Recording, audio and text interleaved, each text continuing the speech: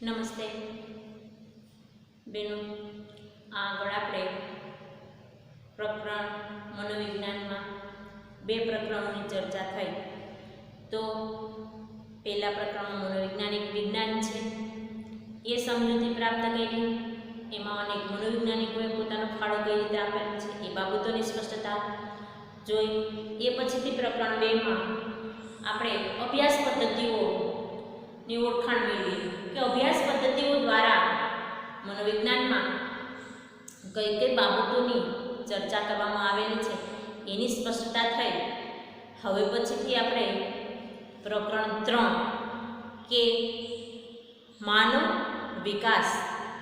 તો માનવ વિકાસ માટે થઈ અને મનોવિજ્ઞાનમાં કેવી રીતે વ્યક્તિનો વિકાસ થાય છે એ બાબતોની ચર્ચા આપણે કરવા જઈ રહ્યા છીએ. ત્યારે માનવ વિકાસને ક્યાંથી ક્યાં સુધી કેવી રીતે અસર કરે છે એ બાબતોની સ્પષ્ટતા જોવાની છે.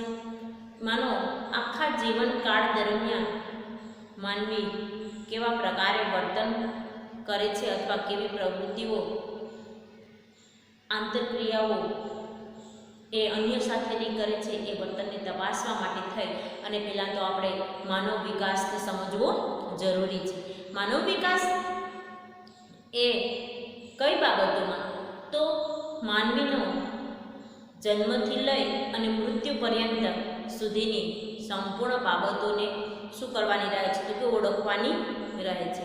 તો એ જન્મથી મૃત્યુ સુધીની બાબતોમાં જોઈએ તો કહી શકાય, આપણને પ્રસ્તાવનામાં જ આપવામાં આવેલું છે કે માનવ વિકાસની આપણે સમજૂતી મેળવીએ તો માનવીનો જન્મ થવો ને એ જ માનવીના વૃદ્ધિ, વિકાસ અને પરિપક્વતાનું પરિણામ કહી શકાય છે. તો જન્મથી મૃત્યુ સુધી વ્યક્તિ સળંગ કઈ રીતે આંતરક્રિયાઓ સાથે સંકળાયેલી છે, બીજા સાથેના વર્તનના પરિણામો કેવી રીતે એ મેળવે છે, કેવા પ્રકારે પોતાનું વર્તન રહેલું છે, એ સાથે સાથે આપણે અહીંયા એ માનવ વર્તનને જોવાનું છે. તો એ માનવ વર્તનને તપાસવા માટે થઈ અને આપણે એની અલગ અલગ અવસ્થાઓમાંથી પસાર થવાનું છે. તો માનવીના જે ગર્ભાવસ્થા પૂર્વે યાની જન્મ થાય એ પૂર્વેથી લઈ અને મૃત્યુ પર્યંત સુધીની દરેક અવસ્થાઓને શું કરવાની છે? તો કે ઓળખવાની છે. એ અવસ્થાઓમાં આપણે જોઈએ તો જન્મ પૂર્વેનો તબક્કો, જન્મ માનો શિશુ અવસ્થા, એ પછીથી એની બાલ્યાવસ્થા, એ પછીથી તરુણાવસ્થા, એ પછીથી એ યુવાવસ્થા, યુવાવસ્થા પછી પ્રૌઢાવસ્થા, પ્રૌઢાવસ્થા પછીથી જે મૃત્યુ પર્યંત સુધીની દરેક અવસ્થાઓને શું કરવાની છે? તો કે ઓળખવાની છે. તો આ માનવ વિકાસ માટે થઈ અને દરેક બાબતોની સમજણ આપણે આ પ્રકરણમાં મેળવવાની છે. તો એ પ્રકરણમાંથી જ આપણે પહેલી જ બાબતથી એ દરેક અવસ્થાઓ કેવી રીતે એમાં પરિવર્તન આવે છે, કેવી રીતે બદલાવ આવે છે, આ બદલાવોને શું કરવાના છે? તો કે ઓળખવાના છે. એ જે અવસ્થાઓમાં જે એ અલગ અલગ અવસ્થાએ અલગ અલગ જે સમયગાળો આવે છે એ સમયગાળામાં વ્યક્તિના વર્તનમાં, એના વૃદ્ધિ વિકાસમાં, એની પરિપક્વતામાં બદલાવ આવતો જોવા મળે છે. અહીંયા આપણે પણ એવા 3 મનોવૈજ્ઞાનિકોએ એની અલગ અલગ બાબતોને એની સ્પષ્ટતા પણ આપવામાં આવેલી છે. તો કહી શકીએ આપણે કે વૃદ્ધિ એટલે શું? એનો પહેલો જ બાબત જોવાની છે કે વૃદ્ધિ કોને કહી શકાય છે? તો અહીંયા એ વિકાસ કહી શકીએ. તો વિકાસ એ કેવી બાબત છે? તો કે સળંગ પ્રક્રિયા છે. વિકાસની સાથે સાથે એ વૃદ્ધિ, વિકાસ અને પરિપક્વતા સંકળાયેલા છે. તો વિકાસની પ્રક્રિયા એ કેવી પ્રક્રિયા કહી શકાય છે? તો કે સળંગ પ્રક્રિયા છે અને વૃદ્ધિ, વિકાસ અને પરિપક્વતા એની સાથે શું થયેલા છે? તો કે જોડાયેલા છે. આ ત્રણ બાબતોમાં વૃદ્ધિ, વિકાસ અને પરિપક્વતા કઈ રીતે અસર કરતા બને છે ને એ બાબતોની સ્પષ્ટતા આપણે આ પ્રકરણમાં મેળવવાની છે. તો પહેલી જ બાબત જોઈએ ને તો વૃદ્ધિ એટલે શું? તો કે વૃદ્ધિ એટલે શરીરના કદ, આકાર અને બંધારણમાં થતો ફેરફાર. નામના મનોવૈજ્ઞાનિકે કીધેલું છે કે વૃદ્ધિ એટલે શરીરના કદ, આકાર અને બંધારણમાં થતા ફેરફાર. વૃદ્ધિ એટલે જ કહી શકાય જેમ જેમ બાળક મોટું થતું જાય એમાં શું થતું જાય છે તો કે વધારો થતો જાય છે. એ વધારાને આપણે એના શરીરના કદમાં એટલે કે શરીરમાં એ મોટું થાય છે, એ શરીર કદ મોટું થાય છે, મનો આકારમાં પણ એને ફેરફાર જોવા મળે છે.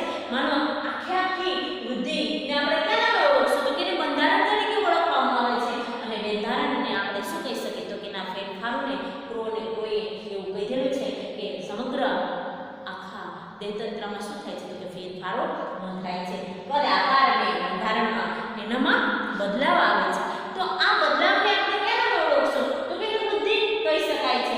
આ વૃદ્ધિને આપણે કઈ રીતે ઓળખવી અને એની સમજણ બીજા મનોવૈજ્ઞાનિક ફ્રેડ નામના મનોવૈજ્ઞાનિકે પણ અલગ આપેલી છે કે વૃદ્ધિને શારીરિક પરિવર્તનોમાં જોઈ શકાય છે. તેથી વૃદ્ધિ એટલે કોષીય ગુણાકાર એવું કીધેલું છે ફ્રેડ નામના મનોવૈજ્ઞાનિકે કે વૃદ્ધિને શું કહી શકાય છે તો કે શરીરના જે ફેરફારો છે એ ફેરફારોને કઈ રીતે તો કે એ વૃદ્ધિને શારીરિક પરિવર્તનો જોઈ શકાય છે. પરિવર્તનોમાંનો બદલાવ આવે છે ને એને સ્પષ્ટપણે આપણે જોઈ શકીએ છીએ. આ સ્પષ્ટતાને આપણે એ પરિવર્તનોને જોઈ શકાય છે. તેથી એને કોષીય ગુણાકાર તરીકે પણ શું કરી શકાય છે તો ઓળખવામાં આવે છે. એવું કોણે કીધેલું છે તો ફ્રેડ નામના મનોવૈજ્ઞાનિકે શારીરિક એ શું થયેલા છે કે શારીરિક ફેરફારો થાય છે. આ જે ફેરફારો થાય એને શું કરી શકાય છે તો કે એને આપણે જોઈ પણ શકીએ છીએ અને જોઈ શકાય છે. તેથી વૃદ્ધિ એ કોષીય ગુણાકાર છે. માનો વૃદ્ધિને આપણે ક્યાં નામે ઓળખી શકીએ છીએ તો કોષીય ગુણાકાર એટલે તેમાં વધારો થાય છે, બદલાવ આવે છે. જેમ જેમ વ્યક્તિ મોટી થતી જાય છે એમ એનામાં પરિવર્તન આવતું જાય છે. આગળ પણ મેં તમને કીધું ને કે કઈ રીતે વિકાસ શક્ય બને છે, વ્યક્તિનો વિકાસ કઈ રીતે શક્ય બને છે તો જોઈ શકીએ આપણે કે જન્મ પૂર્વેનો તબક્કો, એ પછીથી શિશુ અવસ્થા છે, બાલ્યાવસ્થા છે, તરુણાવસ્થા છે, યુવાવસ્થા છે, પ્રૌઢાવસ્થા છે અને પછી એ શું થયેલું છે તો કે વૃદ્ધાવસ્થા આવે ત્યાં સુધીમાં એ અનેક ફેરફારો વ્યક્તિમાં શું થતા હોય છે તો કે જોવા મળતા હોય છે. એટલે તો આપણે અહીંયા ક્યાં પ્રકારની માનવ વિકાસ અને વ્યક્તિના વર્તનમાં થતા ફેરફારો અને વ્યક્તિની જે અવસ્થાઓને શું કરવાની છે તો કે ઓળખવાની રહેલી છે. તો અહીંયા આપણે ફરી પહોંચ્યા કે ફ્રેડ નામના મનોવૈજ્ઞાનિકે તો એવું કીધેલું છે કે વૃદ્ધિ એટલે કોષીય ગુણાકાર. એમાં ફેરફારો જોઈ શકીએ છીએ કે જે અવસ્થામાં વ્યક્તિ પ્રવેશે એના પ્રવેશવાની સાથે સાથે એનામાં શું જોવા મળે છે તો પરિવર્તનો આવતા જોવા મળે છે. એ સાથે જોઈએ તો એલિઝાબેથ હર્લોગ નામના વ્યક્તિએ કે જે એ શું થયેલા છે મનોવૈજ્ઞાનિક એલિઝાબેથ હર્લોગે પણ કીધેલું છે કે બાળક જન્મથી પુખ્તાવસ્થા પ્રાપ્ત કરે ત્યાં સુધીમાં માથામાં 2 ગણો, છાતીમાં 2 ગણો, ધડમાં 3 ગણો, હાથમાં 4 ગણો અને પગમાં 5 ગણો વધારો થાય છે. તો કહી શકાય આપણે કે જે પણ પરિવર્તનો એ વ્યક્તિમાં શું થતા જાય છે તો કે જેમ જેમ વ્યક્તિ મોટું થતું જાય છે ને અહીંયા કીધેલું છે એ જ પ્રમાણે એમાં ગુણાકાર થતો જાય છે, એમાં વધારો થતો જાય છે. એ આપણે શું થઈ શકે છે તો કે જોઈ શકીએ છીએ કે જન્મથી જ્યાંથી જન્મ આવવો એટલે કે બાળકનો જન્મ થવો એ જ વૈજ્ઞાનિક દ્રષ્ટિએ તો એ શું થયેલું છે તો કે એને વિકાસ કહી શકાય. અને જે ગર્ભાવસ્થાથી માંડી અને જન્મ થાય ત્યાં સુધીમાં એની પુખ્તાવસ્થા પ્રાપ્ત કરે ને ત્યાં સુધીમાં માથામાં એ કેટલું વધે છે તો કે વ્યક્તિનું માથું અથવા તો મસ્તક છે એ 2 ગણો વધારો થાય છે. છાતીમાં એને શું થયેલો છે તો કે 2.5 ગણો વધારો થાય છે. ધડમાં એ 3 ગણો ઉત્કૃષ્ટ થાય છે અથવા તો વ્યવસ્થિત બને છે અને એની સાથે સાથે હાથમાં 4 ગણો અને પગમાં 5 ગણો વધારો થતો જોવા મળે છે. તો એ એલિઝાબેથનો કહેવાનો એવો મતલબ છે કે જેમ જેમ વ્યક્તિ મોટો થતો જાય છે એમ શરીરના અંગો ઉપાંગોમાં વધારો થતો જાય છે. પરંતુ એ ઉપરાંત પણ એક બાબત આપણે લઈએ કે કહી શકાય કે જે શું થયેલા છે તો કે એમાં ક્રમિક વધારો થાય છે કે જે પણ બાબતો પરિપક્વતાની દ્રષ્ટિએ જે વધારો થતો હોય ને એ જ વધવો જોઈએ. બાકી તો હાથ કેવા તો કે આંખનો જે આંખ દેખાય એ હાથ જેવડી થતી નથી અને એ જે વ્યક્તિ કે જે લાંબી વ્યક્તિના હાથ ટૂંકા હોતા નથી અને ટૂંકી વ્યક્તિના હાથ લાંબા પણ હોતા નથી. જે પરિવર્તનો અથવા તો બદલાવ જે આવવો જોઈએ એ એના શરીરના પ્રમાણમાં આવે છે અને એ આધારે જ વ્યક્તિમાં શું થયેલા જોવા મળે છે તો પરિવર્તનો જોવા મળે છે. અથવા બદલાવ એનો જોઈ શકાય છે. તો કહી શકાય કે જે આંખ છે અને નાક છે એ શું થતા હોય છે, તો કે આંખ કે નાક એ પગ જેટલા વધતા પણ નથી. જો એ વધેલા દેખાત તો માણસમાં શું થઈ શકે છે, તો કે એમાં વિકૃતિ પરિણમે છે. ક્યારેક એવી પરિસ્થિતિઓમાં કે ક્યારેક એવા પરિવર્તનો આપણને જોવા પણ મળતા હોય છે કે બુદ્ધિ વિકાસની પ્રક્રિયામાં કંઈ પણ બાધારૂપ પરિસ્થિતિ આવતા વ્યક્તિના જે પણ અંગો પણ શું થતા હોય છે, તો વિકૃત પરિસ્થિતિમાં પણ બાળક જન્મતા હોય છે. તો આ બધી જ પરિસ્થિતિઓમાં એ વ્યક્તિની જે પણ પરિપક્વતા છે, બુદ્ધિ વિકાસ છે, એ પ્રમાણે જ ચાલતો જોવા મળે છે. તો કહી શકીએ આપણે કે બાળકની જે વધવાની અથવા એની ઉંમર વધવાની સાથે સાથે એમાં પરિવર્તન આવતા જોવા મળે છે. બાળક પહેલાં એ શું થતું જાય છે, તો કે પહેલાં ગબડતા શીખે છે, પછી પગે ઊભું થતાં શીખે છે, એની સાથે સાથે પછી એ બેસતા શીખે છે, બેસતાની સાથે થોડી સમય જાય તો એ હાથ પગ માંડી અને એ ઊભું થતાં શીખે છે અને હાથ પગ વડે એ પગથી ચાલતા શીખે છે. આમ એ વિકાસની પ્રક્રિયામાં એ ફેરફારો આપણે શું કરી શકીએ છીએ, તો કે જોઈ શકીએ જે પરિવર્તનો આવી શકે છે, બદલાવ આવી શકે છે. આ બદલાવના કારણે એમાં એ શું થઈ શકે છે, તો કે 18 કે 19 વર્ષનું બાળક એ શું થઈ શકે છે, તો કે પુખ્તાવસ્થા પ્રાપ્ત કરે છે, અથવા તો 16 અને 20 આવે તો આવે, બાકી જાય. આવી પરિસ્થિતિઓમાં પણ શું થયેલું છે, તો કે એ કહેવત પણ અહીંયા લાગુ પડે છે કે 18 કે 19 વર્ષનું એ પહોંચે વ્યક્તિ ત્યાં સુધીમાં એને દરેક બાબતોનું શું થતું હોય છે, તો કે એ દરેક બાબતોની સમજણ એનામાં પ્રાપ્ત થયેલી જોઈ શકાય છે. તો આ બાબતે થયું તો એ અહીંયા આપણે બુદ્ધિની વાતની સ્પષ્ટતા કરેલી છે કે બુદ્ધિ કઈ રીતે પરિણમે છે, કઈ રીતે એ વ્યક્તિમાં જોવા મળે છે. તો માનવ વિકાસમાં બુદ્ધિ એ મહત્વનો ફાળો આપવામાં આવેલો છે. આપણે ત્રણ પ્રક્રિયા બુદ્ધિ વિકાસ અને પરિપક્વતાને સમજવાની છે. આ પ્રકરણમાં આપણે બુદ્ધિ જોઈ તો કઈ રીતે, તો કદ, આકાર અને બંધારણમાં શું થવા લાગે છે, બધું ફેરફાર થવા લાગે છે. એ સાથે સાથે અણલોકનું ઉદાહરણ પણ આપણે જોયું કે એ શું થયેલું જોવા મળે છે, તો કે એ સળંગ છે પરંતુ એના ક્રમ અનુસાર અને ગણતરી પ્રમાણે જોઈ શકાય છે. અને આને 18 ને 19 વર્ષની ઉંમરમાં એ શું થાય છે, તો કે પુખ્તતાની અવસ્થામાં પહોંચે છે. તો અહીંયા આપણે આ બુદ્ધિની સ્પષ્ટતા જોઈએ કે બુદ્ધિની સ્પષ્ટતાની સમજણ શું થઈ છે, તો કે અહીંયા આપણને પ્રાપ્ત કરેલી છે.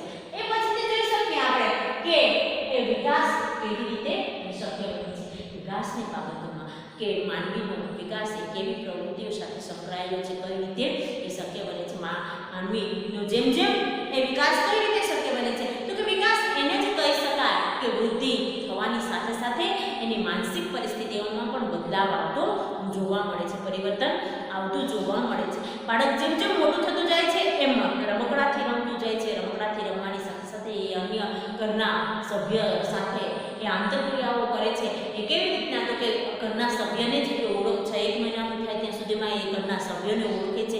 એની સાથે જે પણ ક્રિયાઓથી એ ઘણી બધી સમજણ પ્રાપ્ત કરે છે. એટલે કે સમજણ પ્રાપ્ત કરવાની સાથે સાથે અમુક સમસ્યાઓ પણ એ ઉકેલતું જોવા મળે છે. તો એને આપણે આપણી ભાષામાં, વૈજ્ઞાનિક ભાષામાં આપણે ક્યાં નામે, તો કે વિકાસ તરીકે ઓળખશું. એ વિકાસમાં એ અનેક સમસ્યાઓ તર્ક કરતું થાય છે અથવા એને કોઈ પણ વસ્તુ ન મળે તો એ જીદ ઉપર પણ આવી જતું હોય છે. તો આ વિકાસની સાથે સંકળાયેલો છે. એની જે વિકાસમાં એ અન્ય બાબતોથી એ આંતરક્રિયા કરે છે, બીજા સાથેના વ્યવહારો કરે છે, બીજા સાથેના વર્તન સાથે સંકળાયેલું છે. એટલે કહી શકાય એલિઝાબેથ હર્લોકે પણ કીધું કે વિકાસ એ ગુણાત્મક ફેરફાર છે, પરિપક્વતાના લક્ષ્ય તરફ લઈ જતા ક્રમબદ્ધ સુસંવાદ અને પ્રક્રિયાત્મક ફેરફારો એટલે વિકાસ. એ શું કરી શકે છે, તો કે આપણે જોઈ શકીએ છીએ સુસંવાદિત રીતે એ વર્તન કરતું જોવા મળે છે. કોઈ પણ પ્રક્રિયાઓ સાથે એ સંકળાયેલું રહેતું જોવા મળે છે.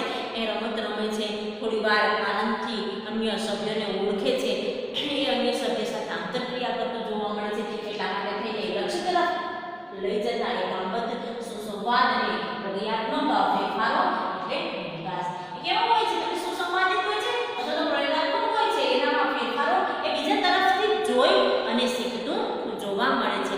અને એ શીખેલી બાબતોને એ પોતે શું થતું હોય છે, તો કે પોતે પોતાના જે પણ આંતરક્રિયાઓ દ્વારા વ્યવહારો કરતા પણ એ શીખે છે. એના માટે થઈ અને એલિઝાબેથને પરિપક્વતા કહેલું છે અથવા તો વિકાસ સાથે સંકળાયેલી બાબત કહેલું છે. વિકાસ પ્રક્રિયા ક્રમિક પણ છે અને સતત ચાલતી પ્રક્રિયા પણ કહી શકાય છે. વિકાસની પ્રક્રિયામાં બાળકને શું થતું હોય છે તો કે એ એક વસ્તુમાંથી બીજી વસ્તુ શીખવાનું શીખે છે અને અન્ય જગ્યાએ નાનું બાળક હોય તો પણ આપણે જોઈ શકીએ છીએ કે પગથિયું ક્યાં આવે છે, બેસતા બેસતા એ ચાલતું હોય તો પગથિયું ક્યાં આવેલું છે, કોઈ જગ્યાએ કઈ રીતે ઊભું થવું, આ બધી જ બાબતો પોતાના ઘરની સમજદારી તે સમયમાં એને શું થતી હોય છે તો કે રહેલી હોય છે. તો આ રહેલી બાબતોના કારણે એ 6 મહિનાનું કે વર્ષની વસ્તુ થાય ત્યાં સુધીમાં દરેક બાબતો એ શું થઈ રહી હોય છે તો કે એ શીખી લીધેલી રહેલી હોય છે અને એના કારણે થઈ અને એ વિકાસ એને કેવી રીતે તો કે ક્રમિક છે, સતત ચાલતી પ્રક્રિયા છે, સતત ને સતત એ મોટું થતું રહે છે અને એ ક્રિયાઓ સાથે એ પોતે પણ સંકળાયેલું રહે છે. એટલા માટે થઈને સ્કિનર નામના મનોવૈજ્ઞાનિકે કીધેલું છે કે વિકાસ પ્રક્રિયા ક્રમિક પણ છે અને સતત ચાલતી પ્રક્રિયા પણ કહી શકાય છે. ક્રમિક ચાલે છે એ ચાલતે ચાલતે ચાલવું, દોડવું, એ પછી બીજા સાથે વ્યવહારો કરવા, અન્ય ઘરના વ્યક્તિઓ હોય એ ઉપરાંત પાડોશના વ્યક્તિઓ હોય, આ બધાની જાણકારી એને પ્રાપ્ત થાય છે અને પછી એ શું થયેલું છે તો કે એ પ્રક્રિયા એ ચાલુ રહે છે અથવા સતત ચાલતી પ્રક્રિયા છે. એના વર્તનમાં પણ બદલાવ આવે છે અને એ જોઈ શકે છે. એની જે પણ ક્રિયાઓ એ કેવી રહેતી હોય છે તો કે આંતરક્રિયાઓ સાથે ના વર્તનથી એ કોઈ પણ વર્તન કરતું જોવા મળે છે. તો કહી શકાય કે સમગ્ર દેહ તંત્રમાં થતો ફેરફાર એ વિકાસ કહી શકાય છે. ક્રો અને ક્રોના મનોવૈજ્ઞાનિકે વ્યાખ્યા આપેલી છે બુદ્ધિ, કદ, આકાર અને ગંધારમાં થતો ફેરફાર એ જ મનોવૈજ્ઞાનિકે આપેલી છે. સમગ્ર દેહ તંત્રમાં થતો ફેરફારને ક્યાં નામે ઓળખી શકશું તો કે વિકાસ તરીકે ઓળખાવી શકાય છે. આખા શરીરમાં સમગ્ર દેહ તંત્ર એટલે કે સંપૂર્ણ શરીરમાં શું જોવા મળે છે તો કે ફેરફારો જોવા મળે છે, બદલાવ જોવા મળે છે ને એને આપણે ક્યાં નામે ઓળખશું તો કે એને દેહ તંત્રમાં થતો ફેરફાર કહી શકાય છે. પરિવર્તન જોઈ શકાય છે, બદલાવ જોઈ શકાય છે એવું ક્રો નામના વૈજ્ઞાનિકે કીધેલું છે કે એનામાં પરિવર્તન આવે છે, બદલાવ આવે છે, બીજા સાથેની આંતરક્રિયાઓ કરે છે અને આંતરક્રિયાઓ સાથે એના વ્યવહારો પણ કરતું જોવા મળે છે. આ સમયમાંથી એ 1 વર્ષ કે 2 વર્ષનું થાય ત્યાં સુધીમાં એને જે પણ જરૂરિયાતો છે, ભૂખની જરૂરિયાત છે કે અન્ય જરૂરિયાતો છે એનું ભાન પણ એને શું થતું હોય છે તો કે જોવા મળે છે, એનું ભાન પણ એને થતું હોય છે અને એ પ્રમાણેની ક્રિયા પણ કરી શકે છે. એટલા માટે એને કહી શકાય કે સમગ્ર દેહ તંત્રમાં ફેરફારને એ આપણે ક્યાં નામે તો કે એને વિકાસ તરીકે ઓળખી શકીએ છીએ. તો અહીંયા આપણે વિકાસ એટલે શું અને બુદ્ધિ એટલે શું એ બાબતોની શું થઈ છે તો કે આપણે સ્પષ્ટતા કરેલી છે. આ બાબતોની સ્પષ્ટતા કે જે શું થયેલી છે તો કે માનવ વિકાસમાં આ 2 પોઈન્ટ આપણે અહીંયા શું થયેલા છે કે પૂર્ણ થાય છે. એના પછીની જે પણ બાબતો છે પરિપક્વતા એ આપણે શું થશે તો કે આગળના પીરિયડમાં જોઈશું, પરંતુ એ સાથે સાથે અહીંયા બીજો પ્રશ્ન વ્યાખ્યાઓ એ શું થયેલી છે તો કે એ તમારે એક માર્કમાં પૂછી નાખે છે અને એનો અર્થ પૂછાય તો પણ તમારે બુદ્ધિનો અર્થ એટલે શું તો કે બુદ્ધિ એટલે શરીરના કદ, આકાર અને અંદાજમાં થતો ફેરફાર. આવો ટૂંકો પ્રશ્ન તમે લખી શકો અને આને શું થયેલું છે કે એક માર્કનો પ્રશ્ન તમને પૂછી નાખવામાં આવે છે. એ સાથે સાથે અહીંયા કે સમગ્ર દેહતંત્ર વિકાસ કોને કહી શકાય છે તો કે સમગ્ર દેહતંત્રમાં થતા ફેરફારને આપણે ક્યાં નામ ઓળખશું તો કે વિકાસ તરીકે ઓળખશું. તો આવા ટૂંકા પ્રશ્નને આપણે શું કહીએ તો કે જોતા જઈએ અથવા ટેક કરતા જઈએ, જેને કરી અને આપણને યાદ પણ રહે. પીરિયડ ભરવાની સાથે સાથે આપણે બુક પણ ખુલ્લી રાખીએ જેથી કરી આપણે સમજાતું રહે, આગળથી વાંચી લઈએ. કારણ કે આ સમયમાં આપણે થોડીક વધારે મહેનતની પણ જરૂર રહેશે. અન્ય બાબતો કે જે સમજણ પ્રાપ્ત ન થાય તો એની સમજણ પણ શું થયેલી છે તો કે આપણે બુક જોતા જઈએ તો એની સમજણ વધારે મળતી રહે. તો આ સાથે આપણે અહીંયા આ પીરિયડને